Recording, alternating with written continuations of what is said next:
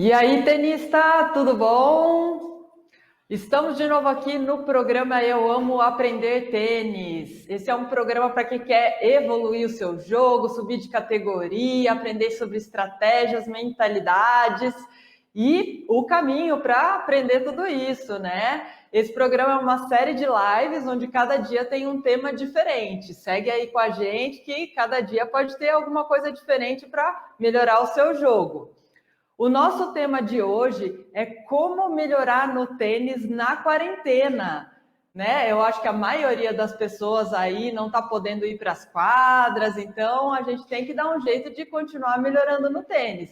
E tem jeito sim, hein? Nós vamos achar aqui várias formas da gente se desenvolver no tênis, mesmo que esteja obrigado aí ou a trabalhar de casa, ou a permanecer mais tempo em casa, em isolamento social, né? Não podendo encontrar, para a gente coletivamente contribuir para que essa situação passe logo, né? Então vamos lá. Eu quero lembrar vocês que isso acontece em outro nível e até de uma forma mais grave. Lembra só dos tenistas profissionais que vivem do tênis? Podem acontecer momentos com eles que eles também têm que parar, né? O que pode acontecer? Acontecem várias coisas, ou ele se lesiona, ou ele toma alguma advertência lá, que ele fica suspenso do circuito durante um tempo, né? Ou por algum motivo de doença, né, que ele tenha, por algum tempo ele não consegue nem treinar, porque fisicamente ele está debilitado, e aí ele tanto não treina, quanto ele não participa das competições, que são a movimentação dele em termos de ranking, em termos de premiação, que ele vive daquilo, né? Então, e para o tenista amador? Né? Então, isso está acontecendo com todo o tenista amador, praticamente todos os tenistas amadores hoje, né? Que nós estamos impossibilitados de praticar o tênis na sua real forma lá na quadra, mas a gente pode fazer algumas coisas que podem manter a gente continuando, mantendo e de repente até evoluindo, porque é uma oportunidade de você fazer coisas que de repente você nem fazia, né? A primeira coisa que eu acredito que é muito interessante, que é possível de fazer, e eu vou dar um exemplo bem prático, né? Quando a gente tem um pequeno espaço, a gente fala, mas a quadra de tênis é enorme, eu consigo me movimentar, né, num espaço maior. Como que eu vou treinar para ser igual no jogo? Então, eu vou aqui para quebrar essa ideia que você tem sobre isso. Eu acho que foi no ano passado, ou acho que foi no ano passado, num curso sobre biomecânica, né? Lá a gente teve acesso a uma informação muito legal, porque a ATP sempre faz pesquisas, né? Tem todas aquelas estatísticas, né? Relacionado aos jogos profissionais. Eu sei que não é o nosso caso, mas não tem problema, porque a gente traz muitas informações de lá para a gente também, apesar de não ser o retrato fiel, mas muitas coisas a gente pode se embasar. Então, em relação à característica do jogo de tênis do profissional, eles constataram o seguinte: através das pesquisas a gente sabe, né, que eles montam lá, hoje todo finalzinho de jogo tem, teve tantos winners, quantos pontos o Djokovic ganhou quando ele sacou o primeiro saque, quantas quebras de saque teve, né? A gente vai mapeando tudo isso, quantos metros o jogador jogou por ponto na média, né? Então, a informação que eu tenho para vocês é a seguinte: 80% das bolas, quando a gente está jogando os pontos, elas estão a 3 metros da gente. Tá? Então, eles chamam isso de anel dos 3. Então, o que acontece? Se a gente lembrar da medida do fundo de quadra ali da Simples, tem 8 metros e pouco, 8,40 e pouco, alguma coisa por aí. Então, vai lá, 4 metros e pouco para cada lado.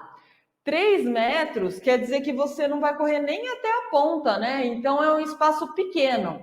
Agora, eu vou fazer uma associação genial. Sabe o tamanho da minha varanda? 3 metros de comprimento. Olha que feliz coincidência.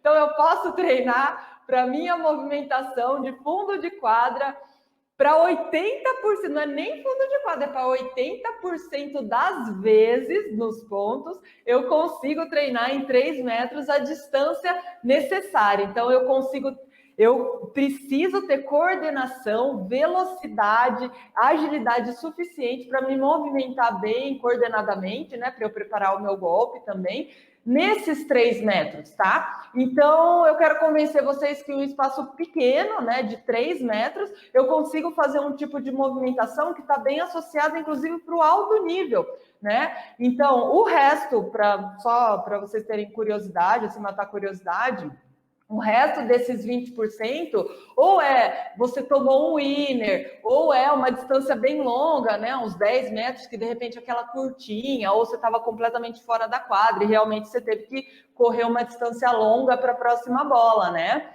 Mas olha que notícia boa, 80% das vezes é ali pertinho. A gente sabe que a velocidade é muito grande, porque às vezes a gente vê uma bola passar do nosso lado e não consegue ter reação para pegar, né? Às vezes ela tá a 1 metro da gente, a gente não tem nem a reação de esticar o braço, esticar a raquete, porque envolve outras coisas, que é essa velocidade de reação muito grande que a gente tem, conectar no tempo certo o nosso split step, que é aquele saltinho com a bola do adversário, para a gente conseguir sair para a bola, né? Mas a gente faz o que está ao nosso alcance. Então, os exercícios de movimentação é a primeira dica que eu tenho para dar para quem quer realmente melhorar o seu jogo.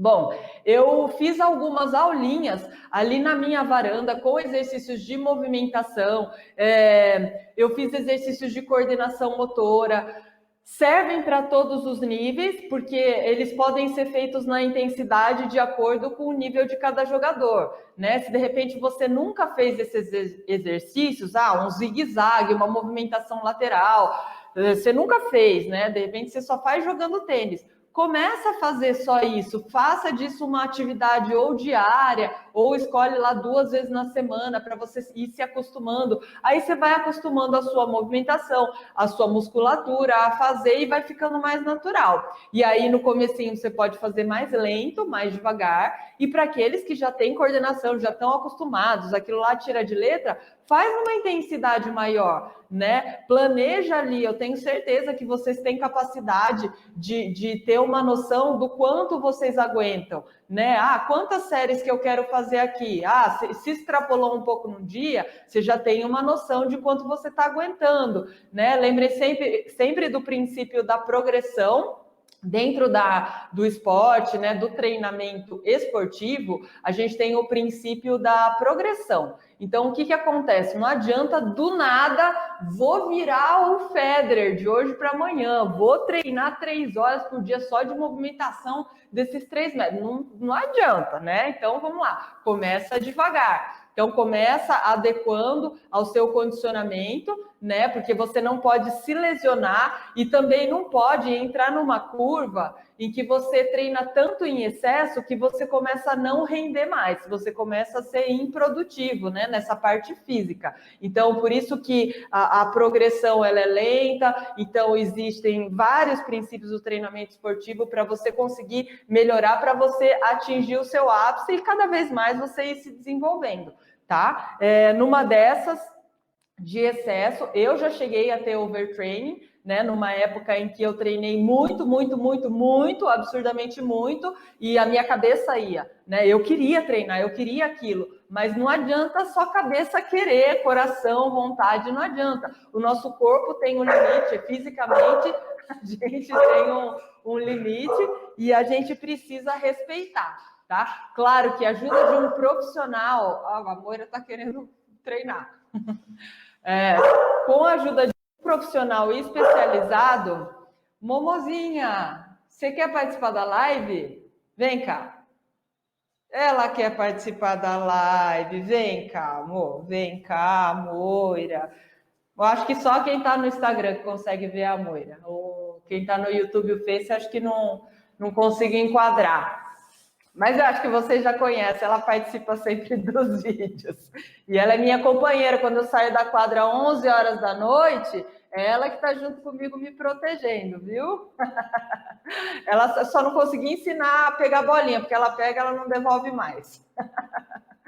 Bom, mas em relação a essa movimentação, a gente consegue sim fazer exercícios de movimentação que a gente trabalha a nossa agilidade e num espaço pequeno, desse de 3 metros, por exemplo, né, a gente consegue trabalhar de uma forma que está completamente conectada ao que a nossa necessidade do jogo. É óbvio, eu não vou me iludir aqui que é completamente igual, porque eu tenho 3 metros no talo, ali no oco. Então, dali eu já tenho uma parede de vidro dos dois lados, né? A minha porta ali e a varanda, que é perigoso mesmo, né? Eu falo brincando, eu vou cair ali para fora, mas realmente é perigoso, eu não posso me empolgar demais, porque ali tem um espaço limitado. Mas eu não preciso ficar parada também, dar uma desculpa ali, não dá para eu treinar. Não, dá sim, né? E isso vai fazer muito bem. A gente está num período que afetivamente, psicologicamente a maioria das pessoas está abalada sim, porque é um período muito difícil. Então, eu acho que trazer as coisas alegres que a gente tem na nossa vida, que é o esporte, que é poder praticar o esporte, ter saúde para isso, né? Ainda que a gente tenha que ficar distante, às vezes, das pessoas que a gente gostaria de estar junto, né? Os pais, mamãe, que tá sempre lá, a primeira que entra na minha live lá para me dar uma força, né? A gente está usando esse recurso da internet para ficar próximo da mesma forma. Aproveito para mandar um beijo. Minha irmã também, que tá longe mesmo, né, gente? Para quem não sabe, eu tenho uma irmã que é atriz. Eu sou muito chique, né? E ela está trabalhando na formação dela, né, fazendo doutorado em Paris, e eu tenho muito orgulho dessa minha irmã, que aprendeu a jogar tênis bem cedo, sabe jogar tênis também, mas ela, né, se focou, cada indivíduo tem seus gostos, né, tem o seu caminho, e eu tô quase convencendo ela a voltar a jogar tênis através do meu canal. Bom, então, em relação a essa história da movimentação, lembrem que eu tenho algumas aulas que vocês podem acessar, estão disponíveis, gratuitas, no YouTube, no Face, no Instagram, eu acho que não estão. No meu canal de Telegram, as pessoas estão acessando, tá bom? Fora isso, gente, existem outros. Eu entrei em várias lives, em vários outros canais, perfis de treinadores que estão ajudando os tenistas com aulas. Nossa, tem aulas maravilhosas. Não necessariamente especificamente para o tenista, eu acessei uma academia online free, gratuita, por um período de tempo, de um professor, o professor Rodrigo Zago, que forneceu treinos para iniciantes, intermediários e avançados, tá? Então, uma academia online gratuita, eu consegui acessar esses exercícios. Então, se vocês quiserem alguma dica, pode me perguntar, me manda direct, e-mail, comentário ali, que eu falo por onde também eu estou me achando. A minha professora da minha academia que eu estava treinando também está postando diariamente treinos para a gente fazer, entendeu? Então, assim, se existem pessoas querendo ajudar a gente, vamos lá, vamos fazer, vamos ajudar a gente também a melhorar nosso nível de tênis. Tem alguma pergunta? Tá, beleza. Então vamos seguir em diante. Então, em relação a buscar informações, essa é uma coisa muito interessante. Eu acho que a gente pode buscar essas formas gratuitas que estão aparecendo hoje devido à situação atual que a gente tem, mas não necessariamente nesse período.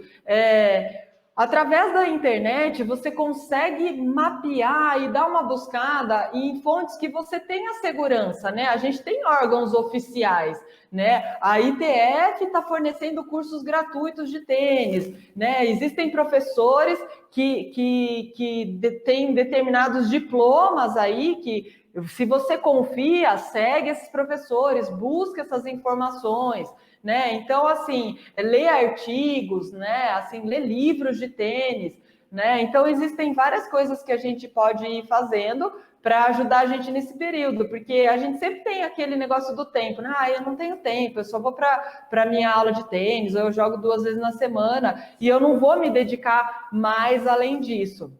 Mas se é uma área que você tem gosto por isso te traz coisas boas, isso te traz um momento de lazer, né? Isso te traz um momento de pensar que você está se aplicando em alguma coisa que está fazendo você se desenvolver, ou como tenista, ou como pessoa, né? Então, reserve um tempinho para isso, né? Hoje em dia a gente consegue muitas informações aí e estamos aqui nesse momento trocando essa ideia justamente para isso.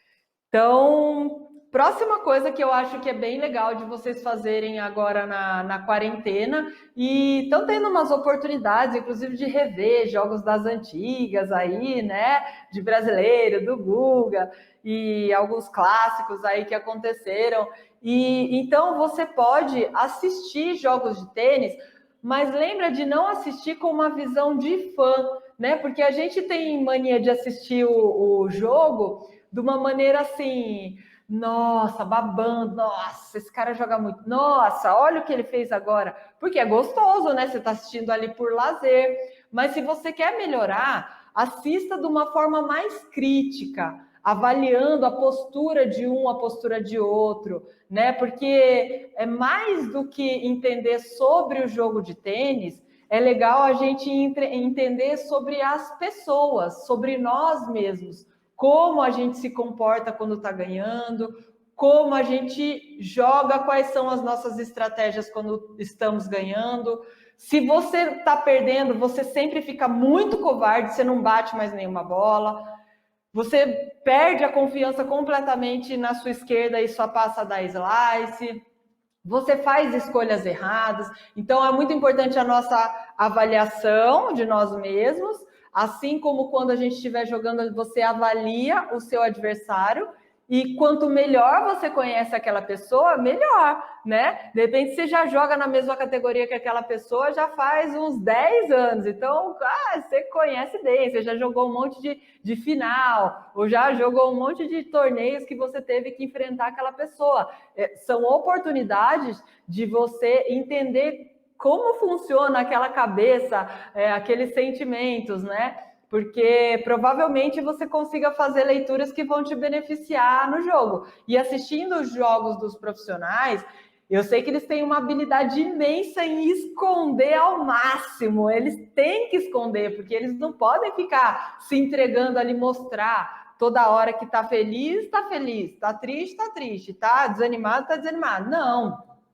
Eu li um artigo do Elson Longo que eu achei muito legal, e aí ele comenta isso, que o jogador ele tem que ser um pouco dissimulado, porque na hora que você tá super animado, finge para o seu adversário que você tá de cabeça baixa, que você tá desanimado, ou o contrário, se você tá mega desanimado, você acha que aquele jogo não tem fim, faz uma postura lá, bota o peito para frente, levanta a cabeça, faz de conta que você tá dominando aquele jogo, né? Então a habilidade aí de atuar, né? O pessoal das artes cênicas aí, né? Para enganar o seu adversário, porque você não pode deixar ele dominar a sua cabeça, igual o Alfredo queria aí, dominar a cabeça do adversário. Você tem que fazer esse jogo mental, né?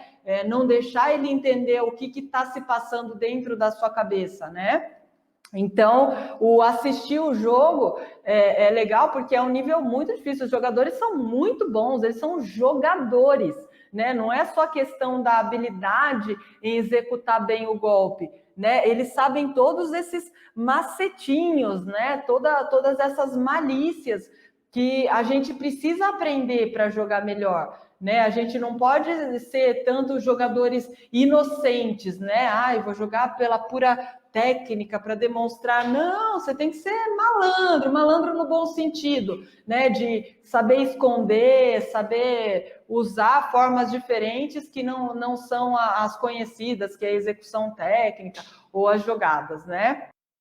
Bom, eu falei em relação a assistir jogos de profissionais, mas tem tenistas que já filmaram o seu próprio jogo, né? Ou batendo bola, ou fazendo aula, ou fazendo um jogo, né? Então, essa é uma oportunidade de você assistir de novo os seus bate-bolas, o seu jogo.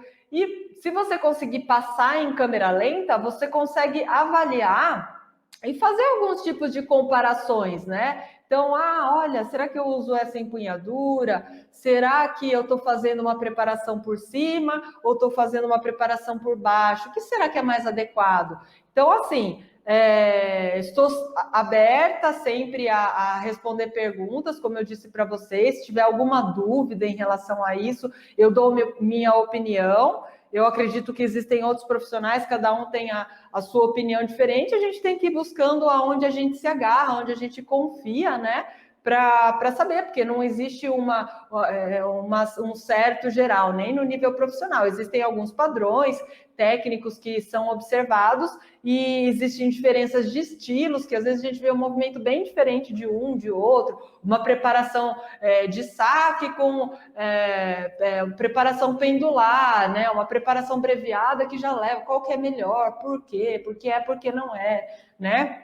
Então, a gente, olhando os nossos movimentos, se você quer avaliar a sua parte técnica, é uma boa forma, tá? Se você filmou um jogo inteiro, por exemplo, você consegue observar outras coisas além da técnica, né? Você consegue observar as estatísticas. Olha, nesse game, olha só, eu dei 3 duplas faltas nesse game. E consegui ainda fechar o game. Poxa, se eu não tivesse dado dupla falta, olha como seria bem mais tranquilo esse jogo para mim, né? Então você consegue avaliar outras coisas.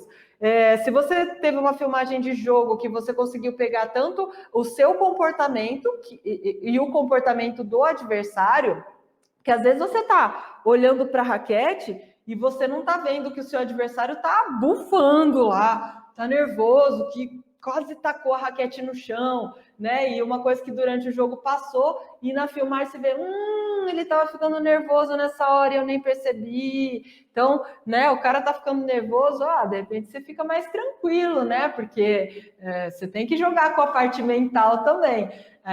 Então, o jogo ou o golpe, você pode aproveitar esse período, reassistir, fazer sua avaliação e ver o que você pode melhorar e pedir opinião de profissionais. Tem um monte de gente aí dando live em canal, né, dando consultoria de graça, né? Então aproveitem esse período aí. Outra coisa que já teve até pergunta lá para mim e eu acho muito legal em relação ao espelho, né? E geralmente a gente faz isso aí se está em casa, né? Porque o espelho geralmente a gente tem em casa, né? E eu desde criança eu gostava muito de fazer isso. O professor ensinou lá que eu tenho que fazer um movimento assim, com voleio ou algum outro golpe. Eu ia lá no espelho e via, nossa, mas será que eu estou conseguindo fazer? É assim, que perna que vai, né? É aqui. É de lado. Será que eu estou de lado? Será que eu estou de frente, né? Porque, às vezes, sem um espelho, sem a gente ver, a gente não tem muita consciência, né? A gente vai ganhando consciência corporal e isso é fantástico, o esportista precisa de consciência corporal. Mas olhando no espelho é muito interessante, porque, às vezes, o professor te corrige, olha, a cara da sua raquete está muito virada para cima, né? Mas será que tá? E aí você faz uma preparação com a raquete muito para cima. Não, deixa ela mais virada para frente. Ou se ele quer que você esteja com ela virada para baixo, não sei, né?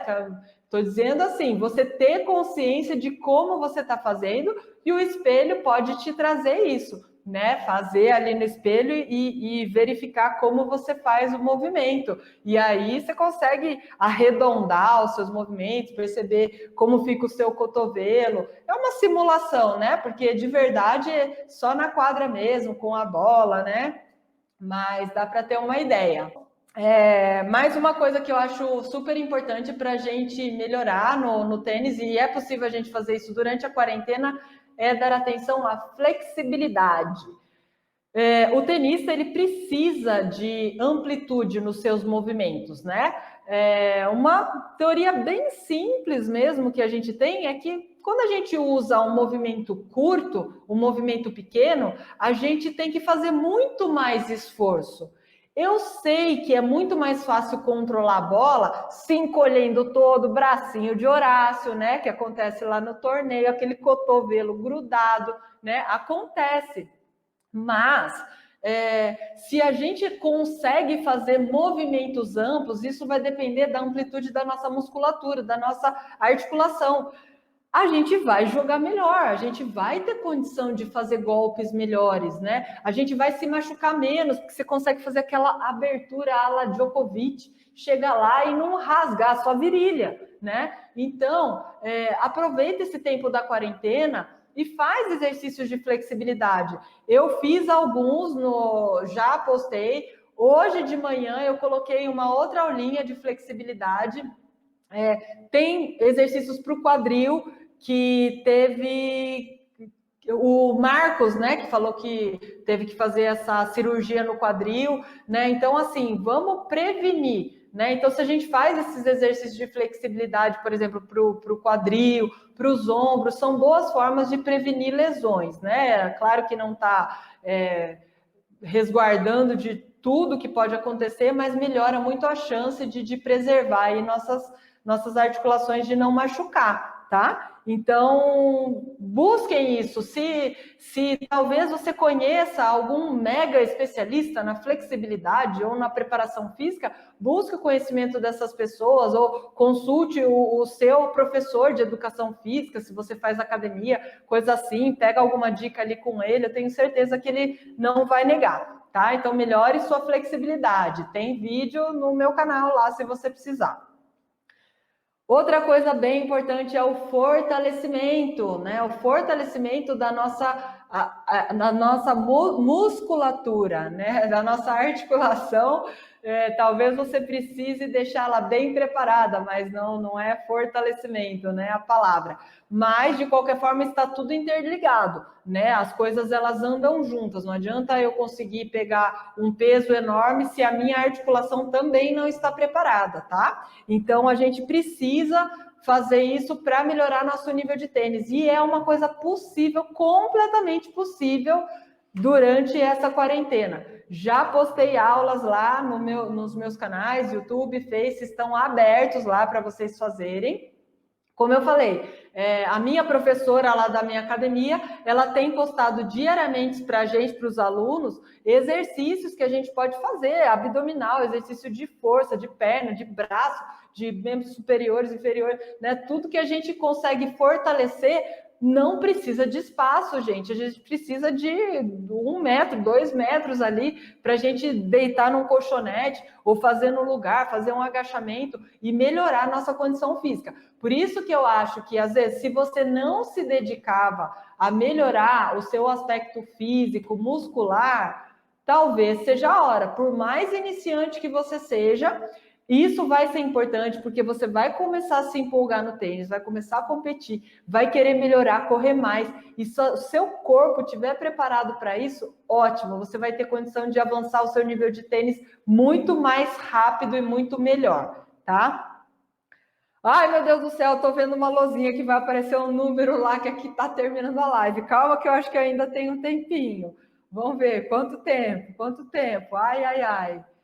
Opa, faltam 10 minutos. Bom, se vocês tiverem mais alguma pergunta, podem jogar aí, que de repente, se der tempo aqui nesses 10 minutos, a gente conversa sobre isso. Mas se não der tempo, pode deixar lá nos comentários que depois eu vejo, tá? Bom, a minha última dica de uma coisa bem divertida, na verdade, que dá até para trabalhar com as crianças, é a gente treinar toque de bola, né? Então, o que acontece? O jogo de tênis, como é um espaço muito grande, né, do fundo de quadra até o outro fundo de quadra, a gente faz movimentos mais bruscos, né? Movimentos mais violentos, que a gente quer mandar a bola com força, quer sacar com força. E quanto menos tempo você tem de treino, possivelmente você reserva menos tempo para treinar toque, né? E eu acho bem interessante que, às vezes, tem alunos ou jogadores que admiram alguns professores, por exemplo, que muitos professores desenvolvem esse jogo de toque. Por quê? Porque a gente joga com alunos que não conseguem devolver uma bola forte, né? Então você precisa mandar devagarzinho. E o que acontece? O tenista que quer melhorar, muitas vezes ele quer só mandar a bola o mais rápido possível, o mais forte possível. Mas a habilidade de conseguir amortecer a bola, ela é importantíssima. A gente vai levar isso para os golpes de defesa, a gente vai levar isso para os toques nas duplas, que nem sempre se resolve com uma pancada no peito. Às vezes é uma bolinha de slicinho no pé, né? É fazer o cara volear e ter que grudar ali na rede, porque a bola ia cair no pé dele. E ele não consegue acelerar aquela bola. Então, esses toquezinhos que a gente pode usar, tanto usando a nossa mão normal de jogar, que é o destro, né, na direita, quanto usando os dois lados para a gente desenvolver coordenação de uma forma geral, tá? Então, se você tem um espacinho pequenininho, vai lá com a sua raquetinha, faz toquinho, direita e esquerda, faz o toquinho que o Federer passou aí esses dias nas redes sociais, falando tênis em casa, né? Tênis at home, e fazendo ali na parede. Você consegue fazer um voleinho de suave ali na parede, você consegue amortecer e tocar, né? Esse tipo de toque, de mandar a bola lenta, devagar, usando uma empunhadura continental, né? São habilidades que você precisa treinar para melhorar o seu jogo, vai elevar muito o seu nível e às vezes você deixa de lado, né? Se tivesse a vida normal, né, de treinos e tal, você deixa para lá, né? Então essa é uma oportunidade até de brincar com seu filho sobre isso, se você quer manter essa cultura na sua família do tênis, que eu acho bem legal. Né, você passar essa educação para o seu filho, que muito se educa através do tênis, através das vitórias, das derrotas, através da superar momentos de dificuldade, superar dificuldades próprias, suportar um jogo dificílimo, né? Então a gente cresce bastante e educa crianças com disciplina através da aprendizagem do tênis, tá? Então, foram essas as minhas dicas para você que quer manter melhorando seu jogo durante a quarentena. Tem alguma pergunta aí? Tem um comentário do Hipólito do Sena, que ele perguntou que você falou outro dia do Jim Connors, e você acha que o tênis é um dos esportes mais evoluído e comparado com a parte física e força em relação ao Conor McGregor, Lando, em relação ao Federer, Nadal e Djokovic? Eu acho que no geral, né, foi se tendo mais ciência dos esportes, né, foi se estudando mais sobre os esportes em geral. Dizem muito do futebol, né, antiga aquele, né, saudosistas, naquela época do Pelé, era tão bonito o jogo de futebol, hoje é aquela pancadaria. Porque, assim, melhorou muito o condicionamento físico e em relação à técnica, realmente evoluiu absurdo. Eu já conversei com o Hipólito sobre isso, sobre empunhadura, né, Hipólito? E vai ter, inclusive, eu já reservei um dia de live para falar sobre isso. Fique ligado aí, hein?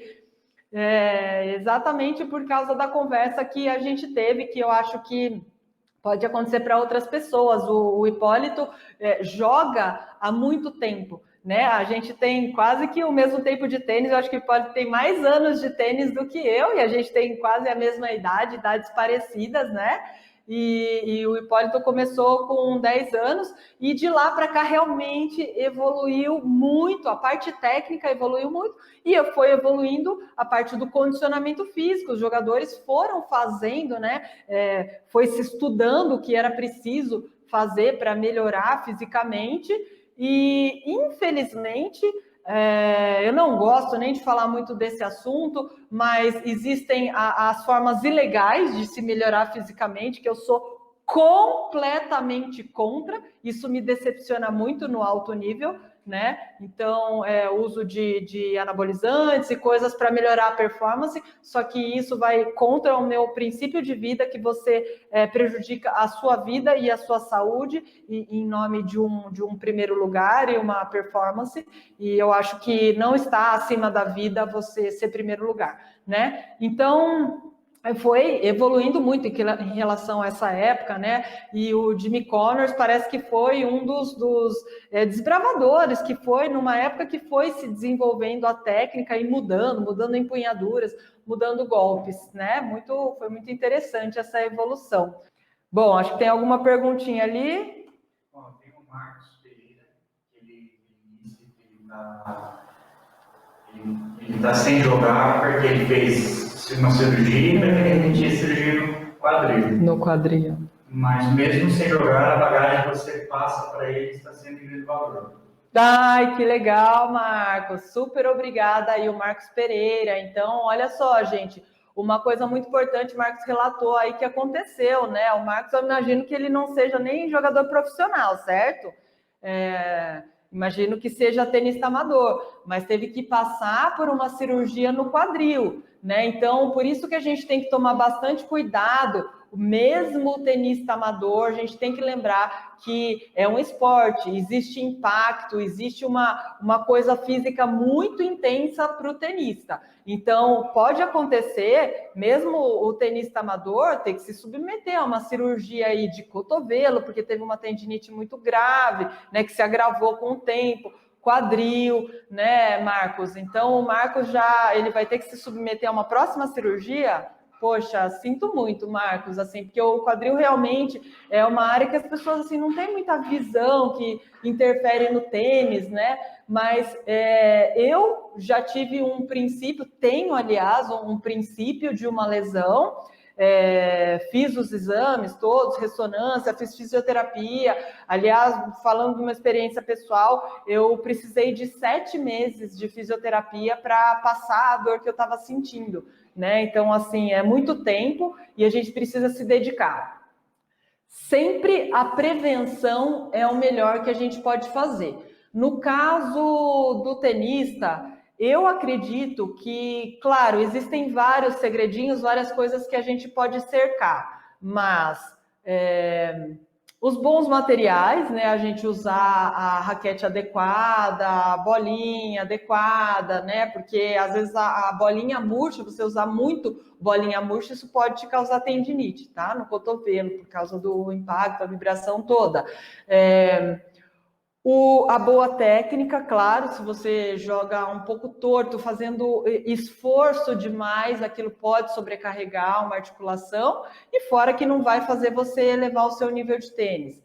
A falta de flexibilidade, né, de extensão ali dos seus movimentos, de amplitude dos seus movimentos, e a falta de condicionamento físico, né, uma má preparação da sua musculatura em conjunto com a articulação, pode acarretar uma lesão, né? Então, o que é a prevenção? A gente precisa se dedicar. Então, por isso que eu falo, sempre o tenista começa, às vezes, sem pretensão nenhuma, e na hora que se vê, já está jogando torneio, já está treinando todo dia, e aí você se depara com uma lesão, né? É muito pior você ter que se submeter a uma cirurgia do que você poder se preparar. Então, é melhor você gastar o seu tempo ou investir uma grana ali para pagar um personal, um treinamento físico, para ele te orientar a ter uma boa, um bom desenvolvimento do seu físico adequado ao tênis, e os bons profissionais vão saber isso, tá? Porque vai precisar um pouquinho de estudo. O profissional, ele pode não entender, nunca ter jogado tênis, não conhecer a modalidade, mas ele vai lá, ele estuda as características físicas que existem naquele esporte e adequam ao treino do adulto, do amador e, obviamente, do jogador profissional. Aí é essencial que ele saiba todas as qualidades para ele encaixar no treinamento, né? Então, quanto mais específico, melhor. Mas qualquer forma de você se preparar já é válida. Se você mantém fazendo alongamento, fortalecimento do corpo de uma forma geral, é importantíssimo. Vejo muitas pessoas que fazem pilates, né, que é uma parte bem importante de treinar, né, uma forma bem importante de treinar, e tem ajudado muito os tenistas, tá? E inclusive assim, nessa parte de buscar informações, até artigos científicos a gente consegue acessar, porque às vezes você tem dúvida, eu não sei se eu vou confiar nesse blog aí, Eu Amo Jogar Tênis, quem que é essa pessoa que está escrevendo isso? É um direito seu de não confiar. Você não sabe se é fake news aquele blog ali, né? Porque hoje em dia a gente não sabe, a gente é bombardeado com fontes de informações, então você tem que se certificar. Então, de repente, existem, grandes universidades têm ali aberto artigos científicos para você entender se aquilo é válido ou não, né? Se você pode confiar ou não. Acho que tem uma perguntinha. Luciano, eu tenho como melhorar a fixação do olho na bola? Existe uma dica ou treino? Ah, Luciano! Tudo bom, Luciano? Legal pela sua presença aí. Tenho visto que você tem participado das lives. Super obrigada. Obrigada pela pergunta. Bom, o olhar para a bola, não sei, o olhar para a bola é o olhar para a bola, né? Assim, é você fixar realmente o olho. É que a bola é muito rápida, né? Então, uma coisa que acontece quando você está ou batendo bola ou jogando é que você tira o olho da bola para olhar o lugar que você vai bater, né? Porque você quer olhar se o seu adversário está ali ou se aquele canto está vazio, né? O que eu costumo falar é que a gente tem aquela visão central e a gente tem a visão periférica, né? Então, quando a gente está olhando fixamente para frente, a gente olha com a visão central. Mas aqui eu consigo perceber quem tem intacta a sua visão periférica, porque acredito que tem algumas doenças que você acaba perdendo até, né? Essa visão periférica. Eu percebo, né, que aqui do meu lado tem uma luz aqui que está me iluminando, eu tenho um negócio aqui na parede, né? Então eu consigo perceber. E dessa mesma forma, você vai estar olhando para a bola, mas você tem que perceber o que acontece na sua volta, né? Que é se o seu adversário se deslocou para um lado ou para o outro para te enganar, ou porque ele não está fechando bem a quadra, né? Então a gente tem que fazer uso dessas duas visões. Nos esportes coletivos isso é bem nítido, porque como existem adversários que ficam à sua volta, no futebol, no handball, daí sempre tem aquele companheiro e fala, ó o ladrão. Por quê? Você está conduzindo uma bola no hand ou no futebol ali no pé, mas de repente tem alguém que está vindo por trás e você está fora do seu campo de visão, né? E aí você só vai perceber que ele está vindo quando ele entrar no seu campo de visão da visão periférica, né? Bom, essa é uma forma de pensar que às vezes você tira a sua visão porque você quer olhar para o adversário ou para o campo onde você vai acertar a bola e aí tira o olho da bola. Tá? Eu acho que isso é um errinho bem comum, assim, que acontece, né? Mesmo as pessoas que já jogam há mais tempo, e as pessoas que jogam há mais tempo, às vezes têm essa capacidade. Nossa, olhei para a quadra e não olhei para a bola. E aí você perde, porque é milimétrico, né? A distância que a gente tem para acertar a bola, e aí não necessariamente você fura a bola, mas você pega no ar ou não pega completamente no centro e não consegue acertar do jeito que você planejou, do jeito que você queria, né? Então, existem algumas formas, assim, quem dá aula, às vezes usa alguns recursos. Por exemplo, eu vou citar um exemplo aqui, né? Com crianças ou com iniciantes, e pode até servir para quem já joga há mais tempo você fazer isso. Então, de repente, você pega a sua bolinha de tênis, você tem um tubinho ali com 3 bolinhas de tênis, né?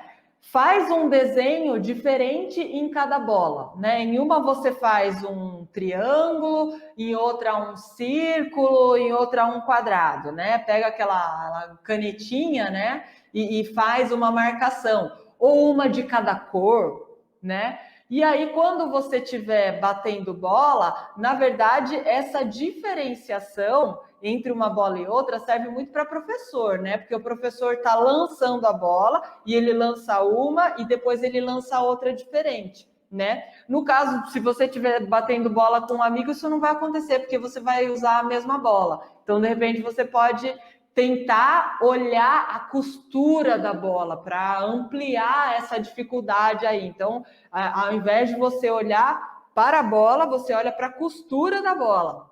E mais do que isso, lembrando também, não mais, mas de importância grande também, é lembrar de olhar a bola depois que ela pingou no chão, porque daí já é a fase que ela está chegando perto de você. Porque às vezes a gente olha para a bola, né? Quando ela está lá, quando ela está voltando e tal. E aí, quando ela chega perto, porque a gente desenvolve um monte de mecanismos para a gente bater bem na bola, né? Não é só a visão. A gente joga com todos os sentidos, a gente ouve o som da bola, né? Dependendo do som da bola, mais intenso, mais forte, ou um pouco mais suave, você sabe como a bola vai voltar. Se ela vai voltar mais rápida, mais lenta, ou aquele estralinho assim de efeito, né? Aquele tic-tic na bola, você sabe se ela pegou mais spin ou entrou de slice, no saque, por exemplo. Eu vejo constantemente as pessoas errarem e elas ouvem o barulho do efeito de slice, aí grita let, confunde o barulho do efeito na bola com o barulho do toque da bola na rede.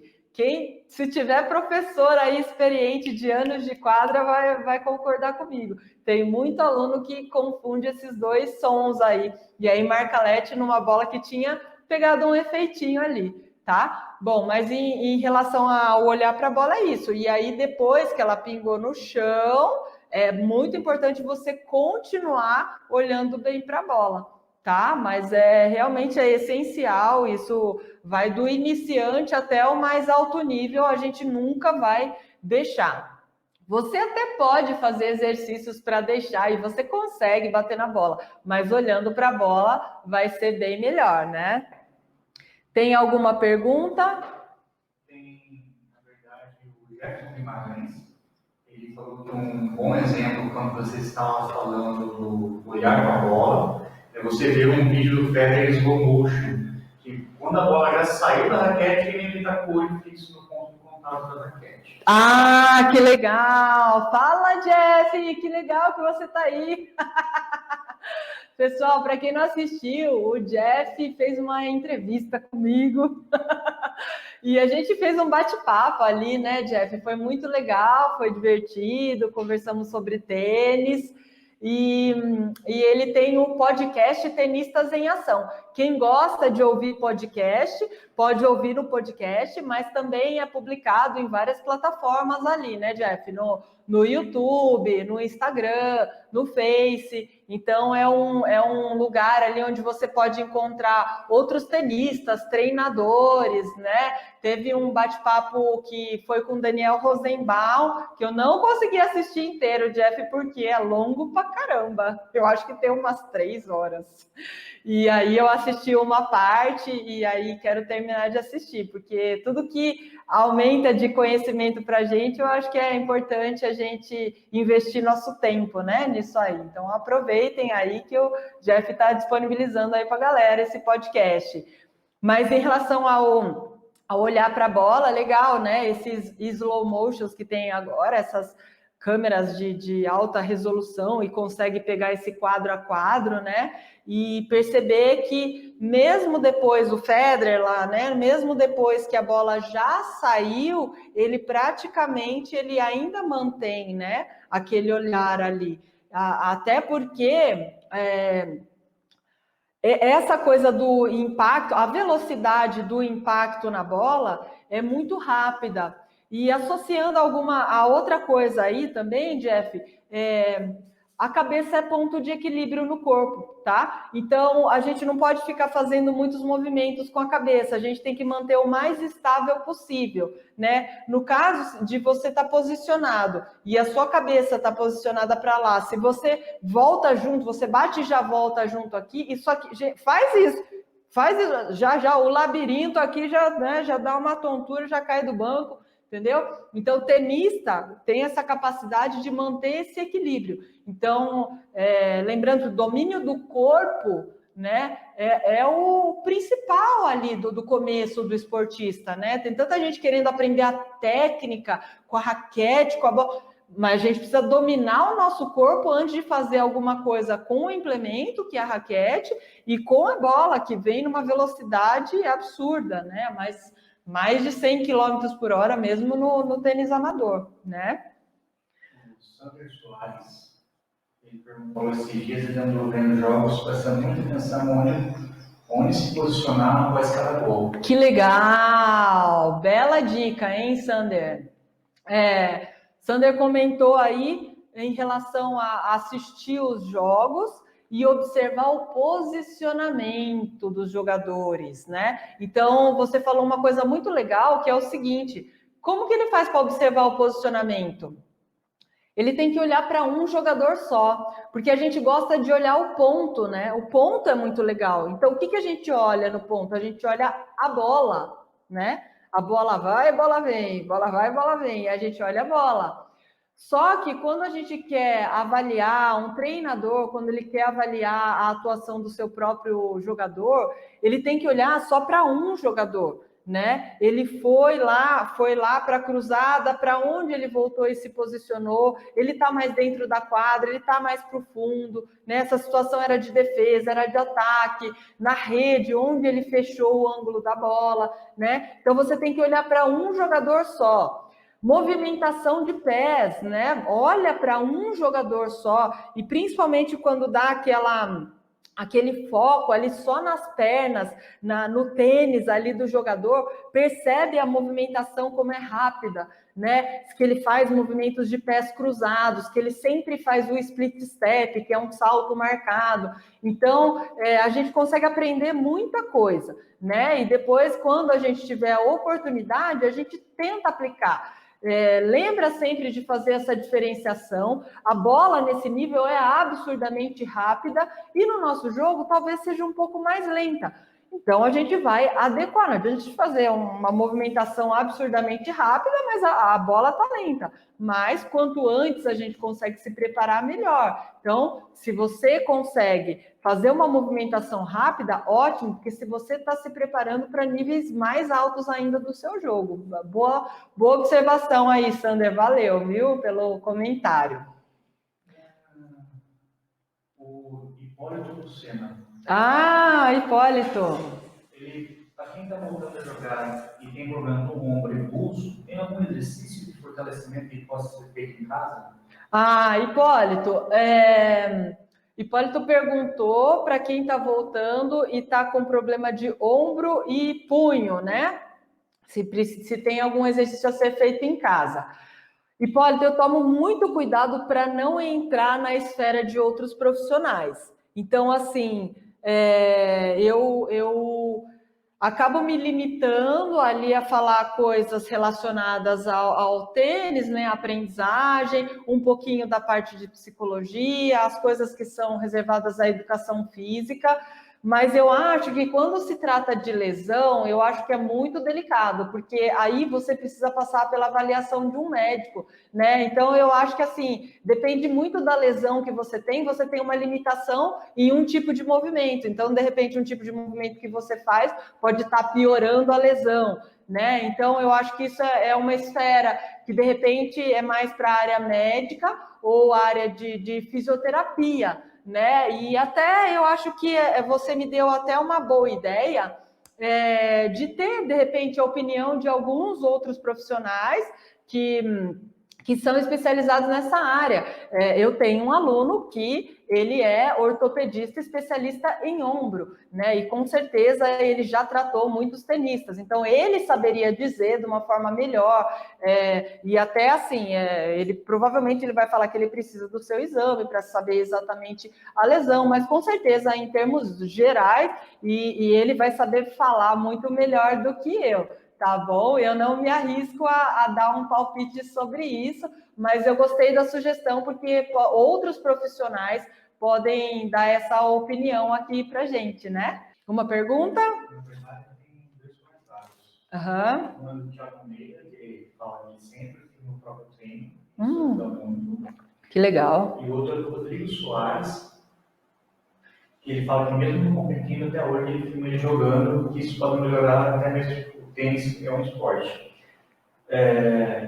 E ele falou que é bom te ver pelas redes sociais. E ele também falou que o Rodrigo Soares, ele usa espelho, mas nas quadras a companheira dele é a sombra. Que legal. Bom, o Thiago Almeida falou que sempre filma, né?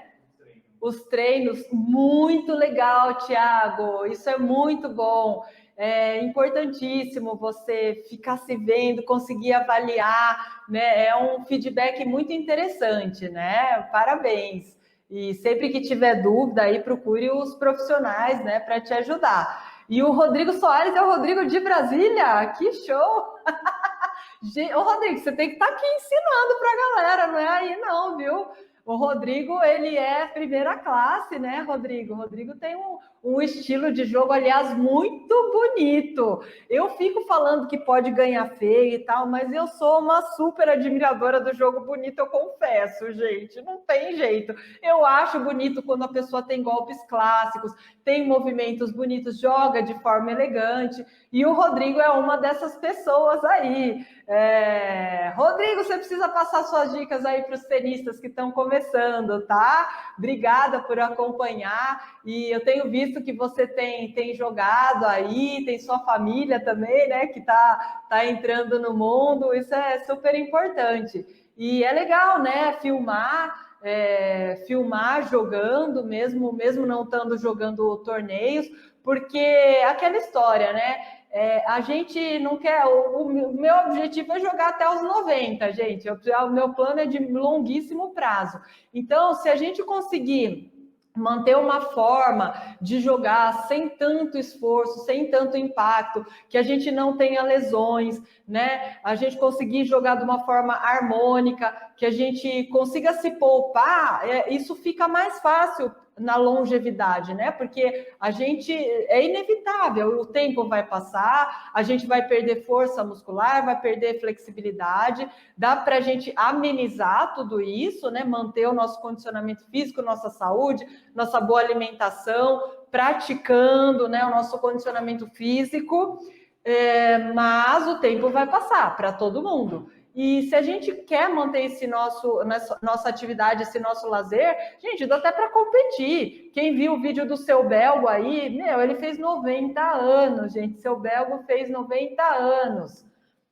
E ele compete, pratica, quase todo dia vai lá no clube, lá jogar. Essa entrevista, gente, está imperdível. Ele é um show de homem.